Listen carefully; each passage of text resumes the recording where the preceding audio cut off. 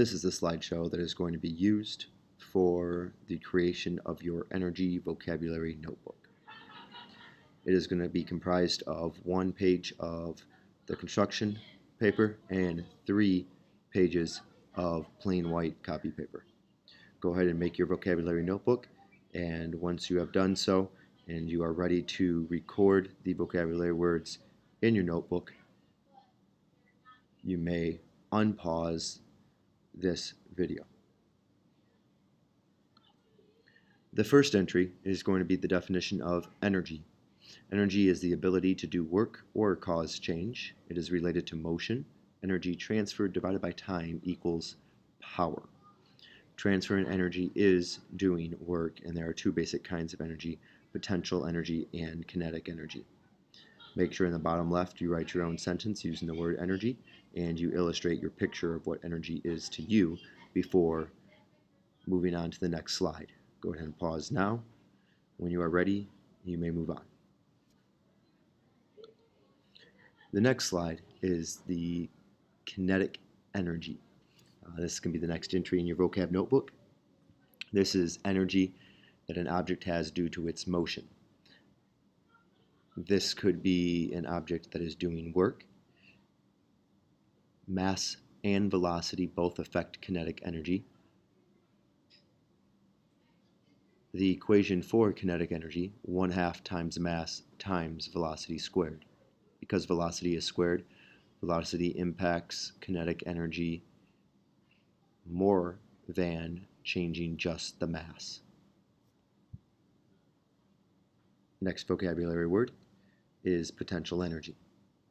Potential energy is stored energy that results from the position or shape of an object.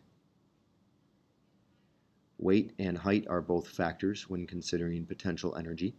You change the height or the weight of the objects, that's going to change the potential energy. Increasing height and weight, or either one, will increase the potential energy. Potential energy is converted into kinetic energy.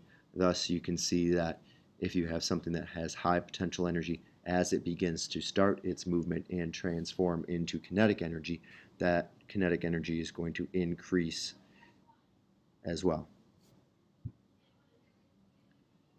That completes the first introductory vocabulary.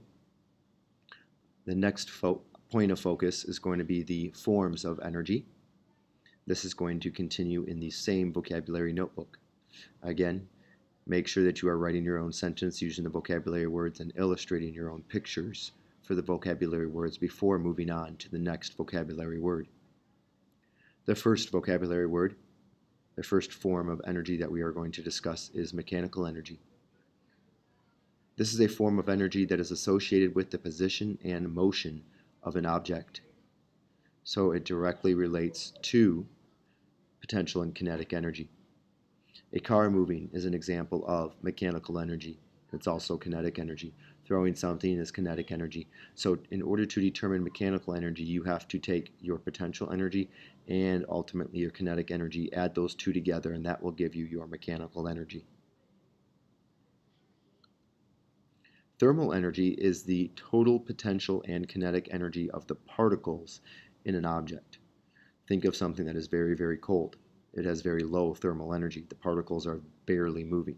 Something that is hot, or relatively hot, are going to have a much higher thermal energy. Those particles are moving much quicker. Fast-moving particles have high thermal energy.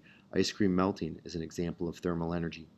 Something cold melting as a result of the influence of the thermal energy of the ambient air around it. Lastly, lava, something extremely hot, has very high thermal energy. The next word is electrical energy. That is energy of electric charges. Thinking static electricity, power lines, anything that is electrical, transfer of electrons. Whether or not the electrons are actually moving, being transferred, is going to determine whether or not it can be potential energy or kinetic energy at that moment. The next word is chemical energy, potential energy that is stored in the chemical bonds that hold chemical compounds together. So this is the type of energy that is stored in the food that you eat, in the cells that are in your body, in the items that surround you that undergo a chemical reaction. Matches, when they're used to light a fire, they undergo a chemical reaction. That is the potential energy that is referred to as chemical energy, that energy that is necessary for them to undergo that chemical change. In order for that chemical change to take place, you have to break those chemical bonds. That energy that is needed for that is the chemical energy. One of the last words in your vocabulary notebook is nuclear energy. We do have one more word after this, but nuclear energy is the type of potential energy stored in the nucleus of an atom. This type of energy is released during a nuclear reaction, whether it be fission or fusion. Fission, combining atoms; fusion, splitting atoms. A nuclear reactor, such as a power plant that is a nuclear reactor, would be an example of nuclear fusion. Another would be an example of the sun. Right? Nuclear reactions are taking place within the sun. Interesting that the sun is brought up in this one because that connects to the next type of energy, electromagnetic energy. And that is energy that travels in waves. So the process of creating electromagnetic energy in the form of sunlight is the nuclear energy. And as it does that, it releases a different type of energy that we see as sunlight. That is what allows us to see.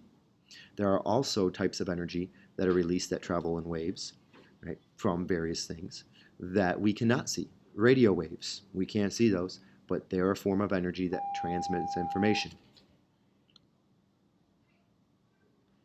The next form would be infrared radiation or ultraviolet radiation. Again, we cannot see them, but we can detect them.